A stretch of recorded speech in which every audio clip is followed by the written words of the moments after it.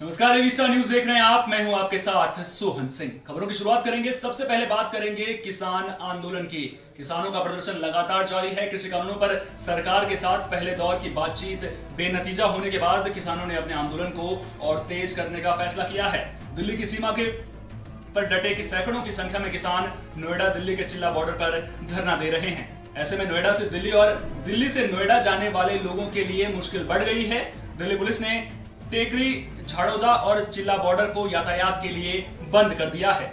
किसान आंदोलन के समर्थन में पलवल के किसानों ने मीटिंग की है। किसानों के इस मीटिंग में फैसला लिया गया कि वे गुरुवार को दिल्ली के लिए पैदल ही कूच करेंगे। किसान बदरपुर बॉर्डर को भी जाम करेंगे। दिल्ली के बदरपुर बॉर्डर को अभी से अलर्ट कर दिया गया है और सुरक्षा भी बढ़ा दी गई है। वहीं किसानों के आंदोलन को देखते हुए अक्षरधाम से नोएडा की तरफ जाने वाले पूरे ट्रैफिक को नीचे NH-24 और मदर डेयरी की तरफ डाइवर्ट किया जा रहा है। तो किसान आंदोलन का व्यापक असर दिल्ली जाने वाले रास्तों पर भी दिख रहा है। डीएनडी मार्ग पर भयंकर जाम लगा हुआ है। वहीं फिल्म सिटी के पास से सेक्टर 14A रोड को भी एहतियातन बंद कर दिया गया है। सिर्फ जिनके घर हैं उनको ही आने दिया जा रहा है। तो किसान आंदोलन का असर दिल्ली से नोएडा और नोएडा से दिल्ली जाने वालों पर भी साफ दिखाई दे रहा है। आपको बता दें कि जो किसान हैं उनकी सरकार के साथ बातचीत हुई थी पहले दौर की, जो बेनतीजा रही थी। किसानों को MSP पर प्रेजेंटेशन तक दिखाया गया, लेकिन किसान नहीं माने। किसानों का साफ तौर पर कहना है कि सरकार पहले इन काले कानूनों को वापस ले, उसके बाद ही किसान अपना प्रदर्शन खत्म करेंगे। और दूसरी तरफ जब बातचीत से समाधान नहीं निकला तो उसके बाद किसान अपने आंदोलन को और तेज करने के मूड में दिख रहे हैं। आपको बता दें कि जो नोएडा दिल्ली का चिल्ला बॉर्डर है वहां पर बड़ी संख्या में किसान धरना करने के लिए पहुंच गए हैं। ऐसे में नोएडा से दिल्ली और दिल्ली से नोएडा जाने वाले लोगों के लिए मुश्किलें बढ़ गई हैं। अगली खबर यूपी के कौशाम्बी से है, जहां से बड़े सड़क हादसे की खबर सामने आई है। आपको बता दें कि इस सड़क हादसे में 8 लोगों की मौत हो गई। ये सड़क हादसा बालू से लदे ट्रक के टायर फटने के बाद हुआ है। इस हादसे में 2 लोग घायल हुए हैं। मिली जानकारी के अनुसार पुलिस ने मौके पर राहत कार्य शुरू किया। शवों को पोस्टमार्टम के लिए भेजा गया है और घायलों को अस्पताल में भर्ती कराया गया है।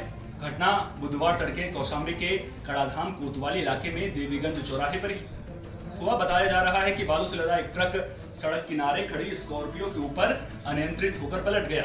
पुलिस अधिकारियों ने बताया कि ट्रक में बालू लदा था। तेज रफ्तार ट्रक का अचानक टायर फट गया और वो स्कॉर्पियो पर पलट गया। बताया जा रहा है कि स्कॉर्पियो में कुल 10 लोग सवार थे, जिसमें से 8 लोगों की मौके पर ही मौत हो गई। तो यूपी के कौशाम्बी से ये खबर, जहां पर सड़क हादसे में 8 लोगों की मौत का मामला सामने आया है, जबकि 2 लोग घायल हुए हैं। बताया जा रहा है कि जो बालू से लदा हुआ ट्रक था उसका टायर फट गया था और वो स्कॉर्पियो गाड़ी पर पलट गया था।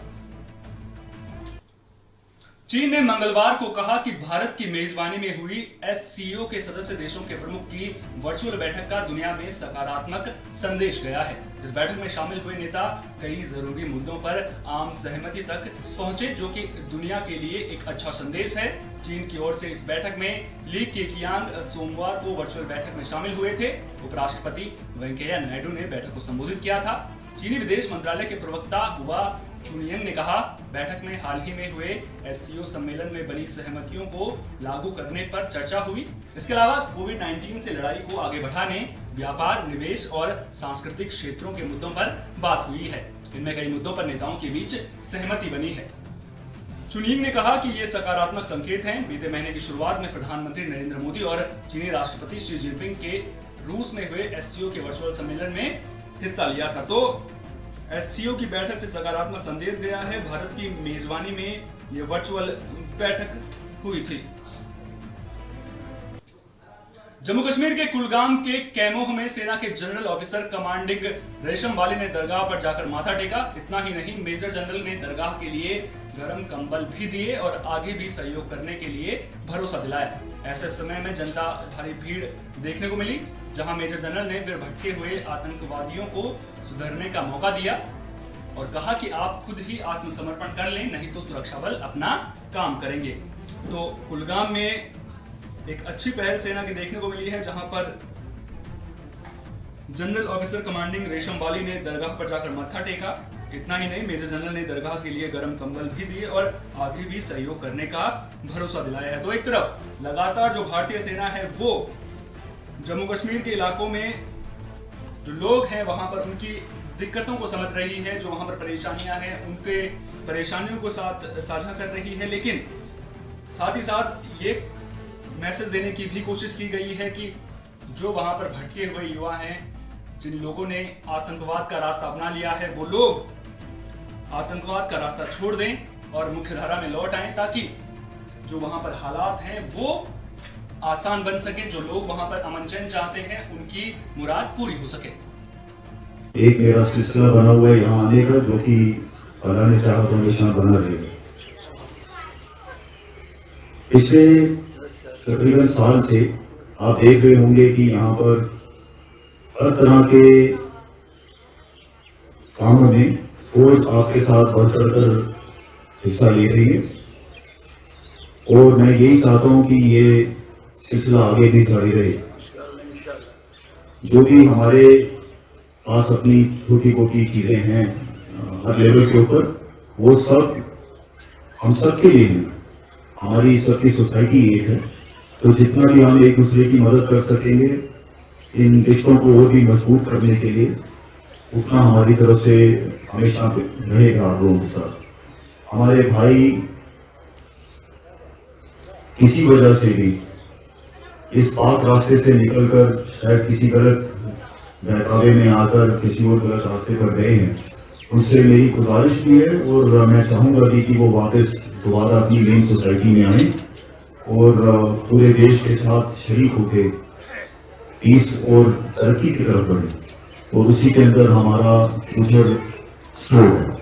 मैं आप सबको यहाँ पे तकरीबन 2 महीने पहले मिला था और यहाँ पे बुज़ुर्गों ने कुछ चीज़ें मांगी थी ज़ियारत को और बेहतर बनाने के लिए। तो जो भी उनकी रिक्वायरमेंट्स थी उसको CO 1 RR commander 1 sector RR ने मिलके पूरा किया है। और इस पाक दिन के ऊपर कोर कमांडर साहब ने भी आप सबको अपनी बहुत ज़्यादा बेस्ट विशेस दी हैं, और मेरे को बहुत खुशी है कि आज हम वो काम पूरा कर पाएँ। तो सर इससे देखिए, आप सब जानते होंगे कि फ़ौज का हमेशा से यही विश्वास रहा है कि हमें आवाम के साथ मिलकर चलना है। तो अगर आवाम की तरफ से हमारे को कोई भी रिक्वेस्ट आती है और जो कुछ हमारे से मुनासिब तरीके से हो सकता है वो आवाम तक पहुंचाने की हम अपनी जिम्मेवारी समझते हैं, और वो हम हमेशा निभाते रहेंगे। सर एक बार फिर आपने देखिए, ये बात कोर कमांडर साहब भी कई बार कह चुके हैं कि फ़ौज का काम यहाँ पे सिवाय ऑपरेशन के और भी बहुत कुछ है। तो ऑपरेशन एक ऐसी चीज़ है जिसके अंदर हमें किसी को मार के कोई खुशी नहीं मिल रही, पर हाँ, अगर कोई बंदूक उठाएगा और देश के खिलाफ जाएगा तो फिर हमारे पास भी और कोई चारा नहीं है। उत्तर प्रदेश के हाथरस में हुए दुष्कर्म कांड की पीड़िता की तस्वीर मीडिया में प्रकाशित करने पर सवाल उठाने वाली याचिका पर सुप्रीम कोर्ट ने बुधवार को सुनवाई से इनकार कर दिया। कोर्ट ने स्पष्ट कहा कि हम दुष्कर्म पीड़िता का फोटो नहीं छापने के कानून पर कानून नहीं बना सकते। इस बारे में याचिकाकर्ता सरकार से आग्रह कर सकता है। याचिका की सुनवाई सुप्रीम कोर्ट के न्यायमूर्ति NV रमन्ना की अध्यक्षता वाली पीठ ने की। पीठ में न्यायमूर्ति सूर्यकांत और न्यायमूर्ति अनिरुद्ध बोस भी शामिल थे। पीठ ने कहा, इन मामलों का कानून से कोई लेना देना नहीं है। पीठ ने कहा, यहाँ अभिव्यक्ति की स्वतंत्रता का अधिकार है, इसके लिए समुचित कानून है। ये दुर्भाग्यपूर्ण है कि ऐसी घटनाएं होती हैं। शीर्ष अदालत ने आगे कहा कि हम कानून पर कानून नहीं बना सकते। न्यायालय ने कहा कि याचिकाकर्ता इस संबंध में सरकार से निवेदन कर सकता है। याचिका में यौन उत्पीड़न के मामलों में सुनवाई में होने वाली देरी के मुद्दे भी उठाए गए। इससे पहले शीर्ष अदालत ने 27 अक्टूबर को कहा था कि हाथरस मामले में CBI जांच की निगरानी इलाहाबाद उच्च न्यायालय करेगा और CRPF पीड़िता के परिवार और गवाहों को सुरक्षा मुहैया कराएगा। न्यायालय ने अक्टूबर में कुछ याचिकाओं पर फैसला सुनाया था, जिसमें घटना और अंतिम संस्कार के तौर तरीकों को लेकर चिंता व्यक्त की गई थी।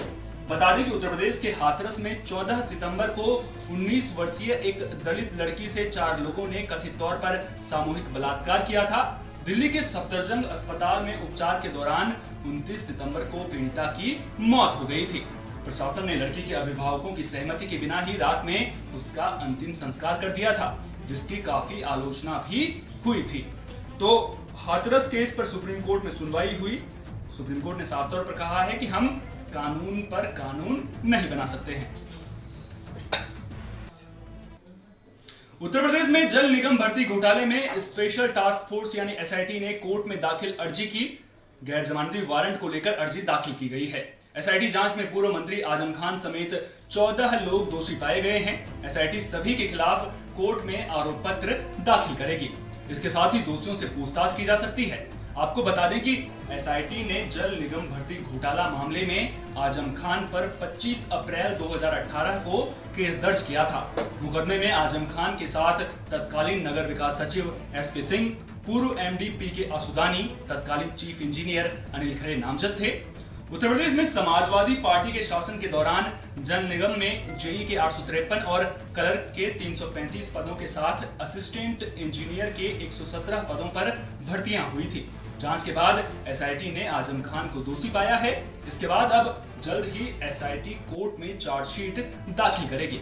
इससे पहले आजम खान और उनके बेटे अब्दुल्ला आजम खान को बड़ा झटका लगा। इलाहाबाद हाई कोर्ट ने जमानत अर्जी खारिज कर दी है। कोर्ट ने दोनों पक्षों की बहस पूरी होने के बाद 19 नवंबर को फैसला सुरक्षित किया था।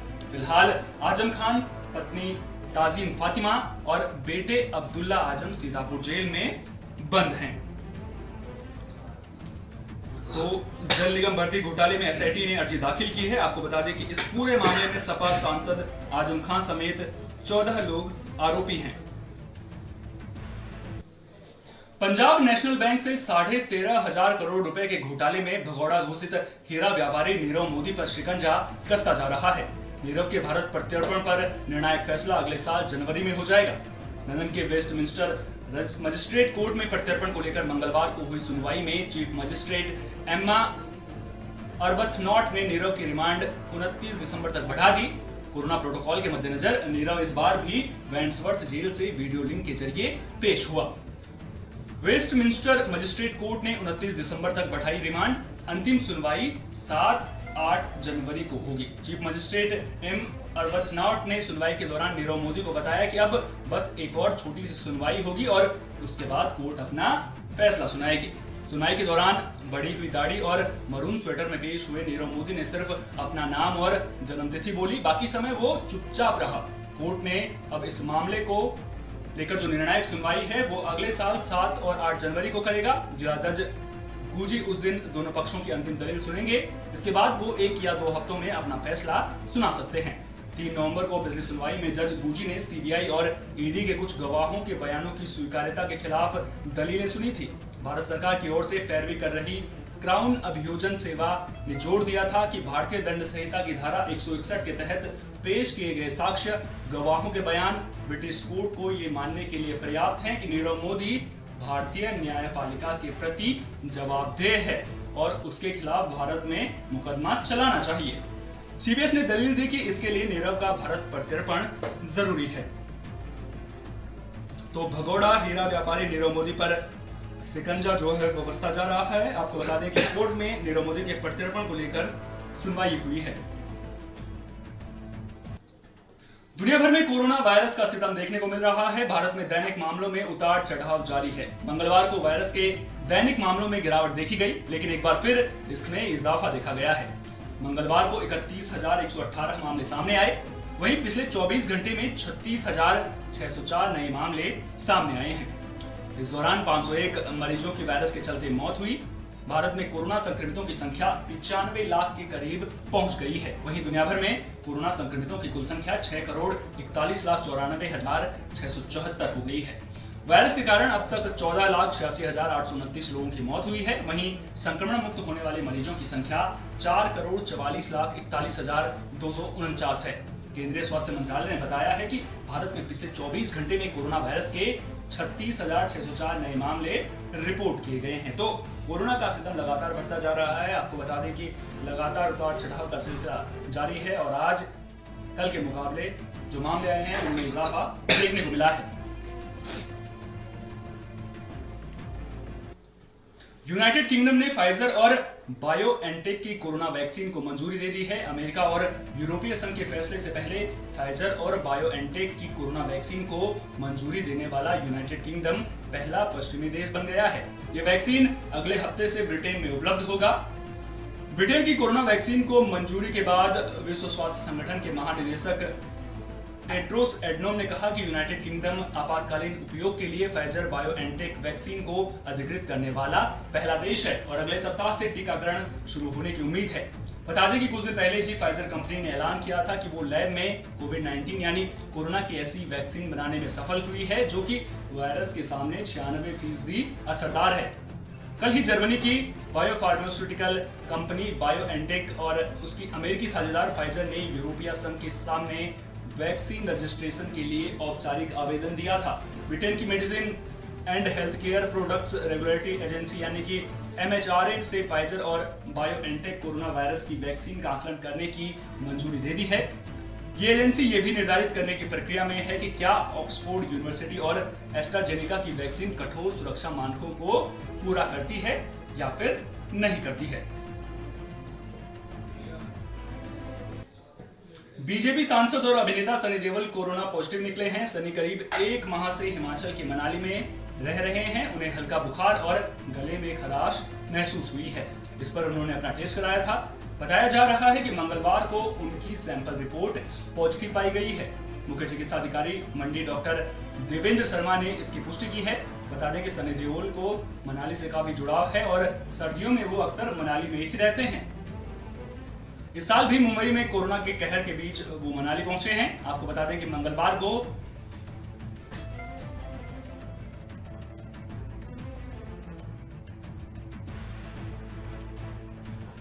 हिमाचल प्रदेश में 14 और कोरोना वायरस पॉजिटिव मरीजों की मौत हो गई है। ये पूरा जो आंकड़ा है वो मंगलवार का है। वहीं टांडा मेडिकल कॉलेज में 6 कोरोना पॉजिटिव मरीजों की मौत हो गई है। तो बॉलीवुड अभिनेता सनी देओल की जो कोरोना रिपोर्ट है वो पॉजिटिव आई है। आपको बता दें कि वो इन दिनों हिमाचल में है। इस दौरान उन्हें हल्के बुखार की शिकायत हुई थी, जिसके बाद उन्होंने अपना कोरोना टेस्ट करवाया और जिसमें उनकी रिपोर्ट पॉजिटिव आई है। सुशांत सिंह राजपूत केस में जब से ड्रग्स एंगल सामने आया था, एनसीबी ने बड़ी कार्रवाई करते हुए एक्ट्रेस रिया चक्रवर्ती और उनके भाई शोभिक चक्रवर्ती को गिरफ्तार कर लिया था। रिया को तो पहले ही जमानत मिल चुकी है। अब शोभिक के लिए भी राहत भरी खबर सामने आई है। शोभिक को कोर्ट की तरफ से जमानत दे दी गई है। लंबे समय से वो जेल में थे और अब जेल से बाहर आ पाएंगे। ड्रग्स केस में जांच के दौरान एनसीबी को शोभिक चक्रवर्ती के खिलाफ कोई पुख्ता सबूत हाथ लगे थे। उनकी रिया संग व्हाट्सएप चैट से लेकर बासित और जैद संग कनेक्शन तक कई ऐसी बातें सामने आई थी, जिसके बाद एनसीबी ने बड़ी कार्रवाई करते हुए शोभिक को गिरफ्तार कर लिया था। उस समय शोभिक को एनडीपीएस एक्ट की धारा 8C, 28 और 29 के तहत गिरफ्तार किया गया था। शोभिक के अलावा सैमुअल मिरांडा को भी इन्हीं धाराओं के तहत गिरफ्तार कर लिया गया था। बताया गया था कि शोभिक चक्रवर्ती कई बड़े ड्रग पैडलर्स के संपर्क में था और यह भी कहा गया था कि सुशांत सिंह राजपूत के लिए भी शोभिक की तरफ से ही ड्रग्स का इंतजाम किया जाता था। वायरल चैट के मुताबिक खुद रिया ही कई मौकों पर शोभिक के जरिए सुशांत के लिए ड्रग्स का इंतजाम करती थी। इन्हीं सबूतों के आधार पर एनसीबी ने शोभिक के खिलाफ मजबूत केस बनाया था।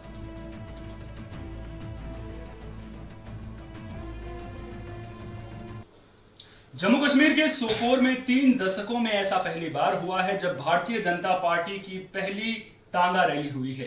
डीडीसी चुनावों के लिए चुनाव प्रचार अभियान के तहत रैली का आयोजन बीजेपी नेताओं और क्षेत्र के स्थानीय तांगा वासियों के द्वारा किया गया था। कश्मीर में आतंकवाद फैलने के बाद ये पहली बार है कि क्षेत्र में बीजेपी के पक्ष में एक तांगा रैली आयोजित की गई है। रैली में भाग लेने वाले बीजेपी नेताओं ने कहा कि ये एक संदेश है कि लोग शांति और विकास चाहते हैं। एक बीजेपी नेता ने कहा कि हम क्षेत्र के लोगों के लिए एक संदेश देना चाहते हैं कि वे बीजेपी के पक्ष में आएं और क्षेत्र के विकास के लिए एक उम्मीदवार के पक्ष में मतदान करें। बीजेपी के सोपोर इकाई ने कस्बे के मजूबग इलाके में रैली का आयोजन किया और बीजेपी के झंडों से जीप सजाई गई। कड़ी सुरक्षा के बीच पार्टी के नेता और समर्थक शहर में घूमते रहे। तो जम्मू कश्मीर में सोपोर में बीजेपी ने तांगा रैली का आयोजन किया। आपको बता दें कि लगातार जो जम्मू कश्मीर में बीजेपी है वो रैली के जरिए अपनी पकड़ मजबूत करने की कोशिश कर रही है। इस बुलेटिन में मेरे साथ इतना ही। दीजिए इजाजत। नमस्कार।